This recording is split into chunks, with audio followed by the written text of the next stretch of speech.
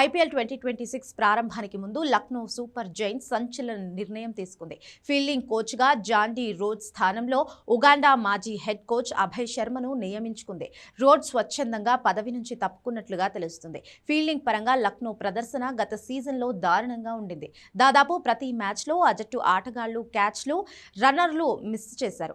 Miss fielding కారణంగా చాలా పరుగులు అదనంగా వచ్చాయి. ఈ ఫీల్డింగ్ తప్పిదాలే పలు మ్యాచ్ల్లో లక్నో కొంపముంచాయి. ఈ కారణంగానే లక్నో మేనేజ్మెంట్ దిగ్గజమైన జాండీ రోడ్స్ ను తప్పించింది. గత సీజన్లో రిషబ్ పంత్ సారథ్యంలో లక్నో టీం కేవలం 6 విజయాలు మాత్రమే సాధించి 7వ స్థానంలో నిలిచింది. ప్లే ఆఫ్స్ కి చేరుకోలేకపోవడంతో యాజమాన్యం పెద్ద ఎత్తున మార్పులు చేపట్టింది. జట్టు లోగో, జెర్సీ డిజైన్ కూడా కొత్తగా రూపొందించింది.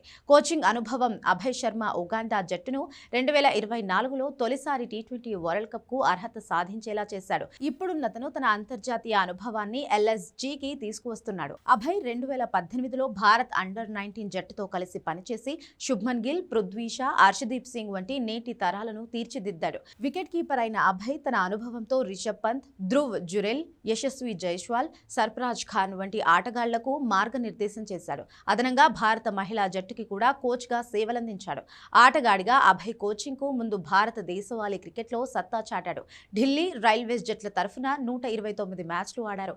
ఫస్ట్ క్లాస్ క్రికెట్లో 89 మ్యాచ్లు ఆడి 4105 పరుగులు చేశాడు. ఇందులో 9 శతకాలు, 29 అర్ధ శతకాలు ఉన్నాయి. లిస్ట్ ఏ క్రికెట్లో 40 మ్యాచ్లు ఆడి 780 పరుగులు చేశాడు.